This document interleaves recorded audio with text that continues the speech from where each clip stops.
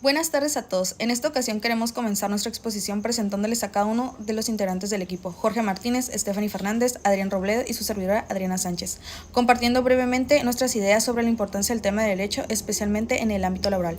Además, reflexionaremos sobre la posible carencia e importancia para el país y su población trabajadora. El derecho en el ámbito laboral es fundamental para garantizar la protección de los derechos de los trabajadores, establecer normas claras y justas para las relaciones laborales y promover un entorno laboral equitativo y seguro. Además, el derecho laboral contribuye al desarrollo económico al fomentar la estabilidad y la productividad en el lugar de trabajo, lo que beneficia tanto a los empleadores como a los trabajadores y a la sociedad en su conjunto. Sin el marco legal adecuado se podrían producir abusos laborales, desigualdades salariales y condiciones laborales precarias, lo que afectaría negativamente al bienestar de los trabajadores, el progreso social y económico del país.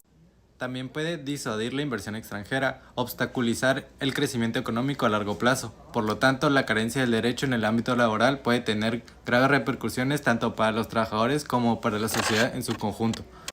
En una sociedad, el derecho proporciona las reglas fundamentales que permiten la convivencia pacífica y la resolución de conflictos de manera justa y equitativa. Por ejemplo, el derecho penal define las conductas delictivas y establece las sanciones correspondientes para quienes las infringen, contribuyendo así a mantener la seguridad y el orden público. Otro ejemplo, las leyes de contratos establecen las reglas para la formación y ejecución de acuerdos entre individuos o entidades. Si una persona incumple un contrato de compraventa, el derecho civil proporciona los mecanismos legales para que la parte afectada pueda reclamar una compensación por los daños causados. En resumen, el derecho en general es esencial para garantizar la estabilidad, el funcionamiento adecuado de la sociedad, establecer normas y principios que regulen las relaciones de los individuos y las instituciones.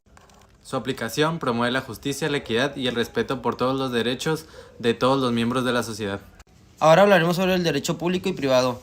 El derecho público se refiere a las normas y principios que regulan las relaciones entre el Estado y los individuos, así como entre diferentes entidades estatales con el fin de garantizar el funcionamiento adecuado de la sociedad y la protección de los intereses, mientras que el derecho privado se centra en regular los intereses y relaciones de los particulares entre sí, así como sus patrimonios, contratos y responsabilidades. Cabe mencionar que el derecho público es el conjunto de normas que rigen la actividad de la organización del Estado, como también las relaciones entre los particulares y el Estado, en el cual actúan entre un poder soberano.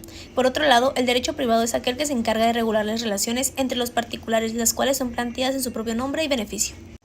A continuación te explicamos más a fondo cuáles son las ramas del derecho público. El primero de ellos es el derecho constitucional. Se define como el conjunto de las normas relativas a la estructura relevante del Estado, a las funciones de sus órganos y a las relaciones de estos entre sí y con los particulares. Esta rama del derecho regula y analiza las leyes fundamentales que definen un Estado a partir de su constitución. El derecho administrativo pertenece a la rama del derecho público y se encarga de regular la administración pública, la organización y las actividades del Poder Ejecutivo. Para que la administración pública funcione mejor, se estructura para planear y designar funciones y competencias para que se cumplan aquellas que les correspondan.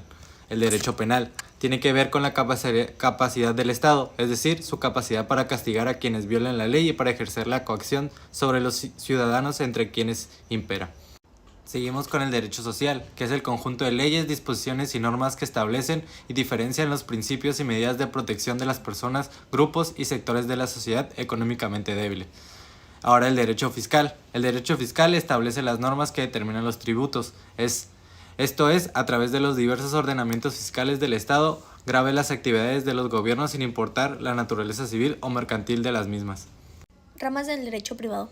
El derecho privado engloba diferentes áreas. Las principales ramas son las siguientes. El derecho civil es el ámbito que se encarga de regular las interacciones entre las personas, abarcando temas como contratos, propiedad, sucesiones, obligaciones, responsabilidad civil y otros aspectos relacionados. El derecho mercantil se dedica a las relaciones comerciales y empresarias, como contemplando el funcionamiento de las diversas empresas, contratos comerciales, sociedades mercantiles, quiebras, títulos de crédito, entre otros aspectos relevantes en el ámbito comercial. Características del derecho. El derecho presenta las siguientes características: normatividad. Se traduce en que el derecho se encuentra inmerso dentro de la realidad social, el marco cultural. El derecho pertenece a la familia de las normas y está constituido por normas, más específicamente dentro de las reglas obligatorias de conducta. Bilateralidad. El derecho es bilateral porque requiere interactividad de dos o más personas. Uno de los rasgos distintivos de las normas jurídicas frente a las normas morales es la bilateralidad. En efecto, la bilateralidad del derecho se hace más evidente no solo por su necesidad primordial de interrelacionar cuando menos dos personas, sino también la heteronomía, la condición de voluntad que se rige por imperativos que están fuera de la ya misma, una de las fuentes de la norma jurídica y la otra persona sujeta a su cumplimiento. Coercibilidad. La coercibilidad es la existencia de amparar el derecho en la fuerza para obtener la ejecución de la conducta prescrita, constituyendo la característica propia del derecho. Se destaca así claramente la coercibilidad de las normas jurídicas frente a la incoercibilidad del trato social. Sistema. El derecho de un sistema de normas, ya que con ellas no están inconexas caprichosamente y expuestas de manera arbitraria o caótica. Antes bien, las normas jurídicas vigentes en un Estado se hallan orgánicamente correlacionadas, guardando entre sí niveles de rango y prelación. Unas son superiores, otras son inferiores y todas conforman una estructura armónica, gradual y unitaria que evoca la imagen de una obra arquitectónica con un destinado a distribución de masas. Esto es inherente a toda norma jurídica de una proyección hacia la efectividad de la justicia en las prelaciones. Fuentes del derecho. Fuentes formales. Son los procesos o formas de manifestación por medio de los cuales se crean las normas jurídicas. Estas fuentes son como se crean o se manifiestan las normas jurídicas tradicionalmente son 4: legislación, costumbre, doctrina y jurisprudencia. Fuentes reales o materiales. Son los motivos o causas que determinan el contenido de la norma jurídica. Fuentes históricas. Son documentos que contienen leyes o ordenamientos jurídicos que estuvieron vigentes en el pasado y que son considerados para la creación, previación o adaptación del momento de alguna o algunas normas presentes, tal sea el caso del derecho romano, que ha sido la base de las leyes actuales.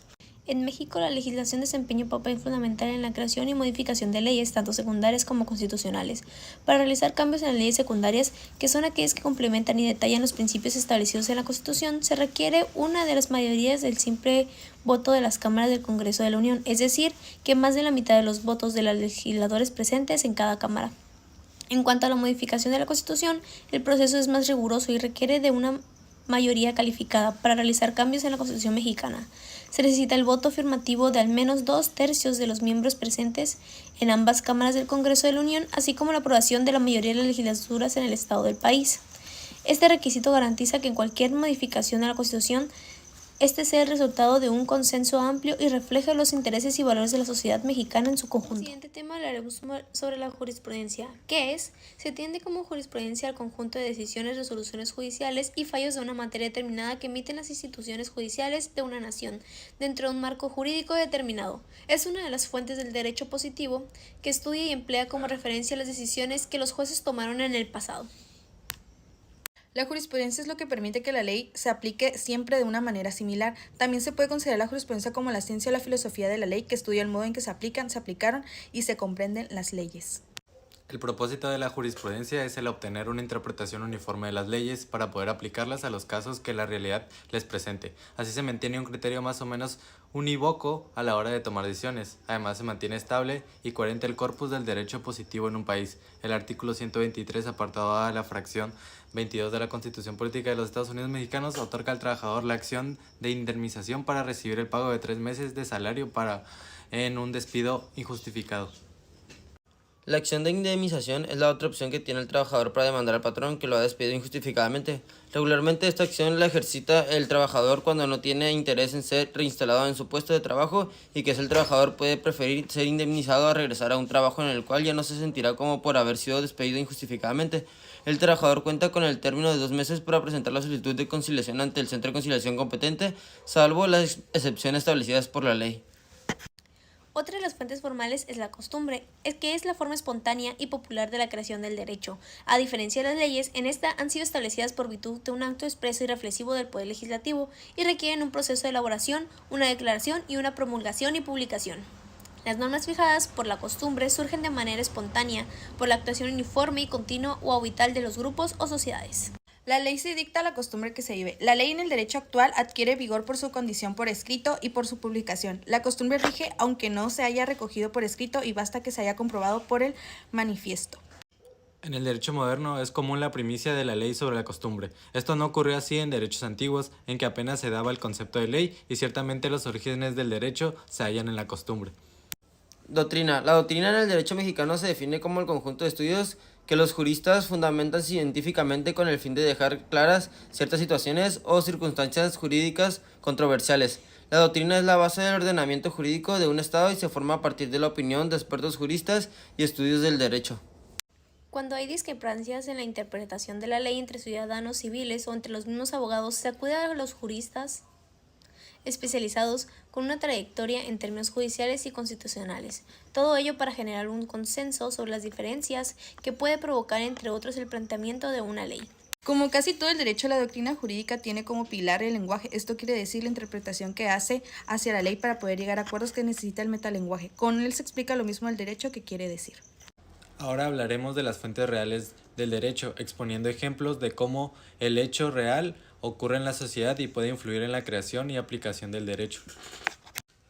Las fuentes reales del derecho se refiere a todas las características y necesidades de una comunidad que definen el contenido y el alcance de sus propias normas legales. En otras palabras, las fuentes reales se refieren a los fenómenos sociales que exigen la formulación de regulación en relación con la conducta humana. En este contexto, los fenómenos inherentes a la vida y comportamiento se convierten en una fuerte porque generan situaciones que necesitan regularse y a su vez dan origen al derecho.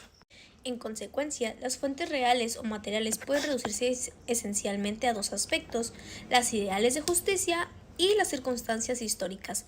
Las circunstancias históricas como fuentes reales del derecho se refiere a eventos significativos como aquellos de índole económico y político que han tenido un impacto relevante en la modificación de las leyes de un país.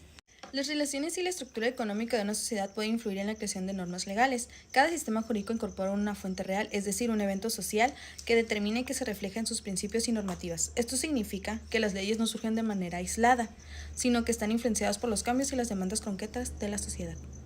A continuación, las fuentes históricas, que pueden seguir o siguen teniendo la influencia en el presente.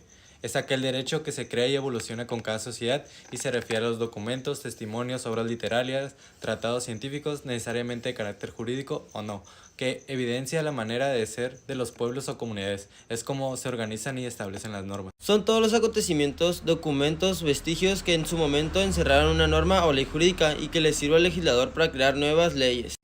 Como siguiente se hablará sobre el régimen jurídico y se darán ejemplos concretos de cómo actuar entre el cumplimiento de las leyes que benefician a la sociedad. Las normas abarcan desde lo más amplio a lo más concreto, es decir, pueden servir tanto a nivel global como a país concreto, una ciudad, una comunidad, una familia o incluso a un nivel personal. Los expertos indican que su objetivo es mantener el bienestar general de la población y controlar aquellas conductas negativas o perjudiciales para las demás. Por lo tanto, las normas tienen la función de definir lo que es correcto y lo que no es, y si se cumplen se obtienen mejores resultados para todos. En sí, las normas cumplen distintas misiones tanto a nivel colectivo como a nivel individual. Una de ellas es que sirven para que funcione mejor la sociedad, regulan y guían el comportamiento, mantienen el orden social, otorgan la cohesión de la sociedad y ayudan a conseguir el autocontrol individual. Consecuencias de no actuar bajo un régimen jurídico. La importancia del derecho en la sociedad radica en que sin ella todo lo que conoce sería un caos. Nadie se interesaría en velar los derechos de todos los individuos. La justicia no sería aplicada, por lo tanto los delitos no serían castigados. La principal diferencia entre los animales y los seres humanos es que a los humanos les interesa mantener un orden de las conductas en la sociedad. Esto incluye establecer lo que así se está permitido hacer y lo que no. A las civilizaciones les ha tomado décadas de esfuerzo para encontrar una manera para tener todo bajo control, pero entre prueba y error es como en la actualidad todos los individuos se rigen por un sistema jurídico que depende del país o estado donde residen. Como ejemplo se pone el de las elecciones o votos cuando llega el día de elegir al presidente, gobernador o comisario. Todos los candidatos están casi seguros de que van a ganar, ya que en el tiempo de campañas prometen muchas cosas a los ciudadanos. Les compran los votos pidiéndoles las credenciales y es ahí donde hay una violación a los derechos como ciudadanos. El día de las elecciones llega y los de las casillas también rompen las reglas y actúan de mala forma en contra de la sociedad. Y en ese punto no estamos cumpliendo con lo que es un buen régimen.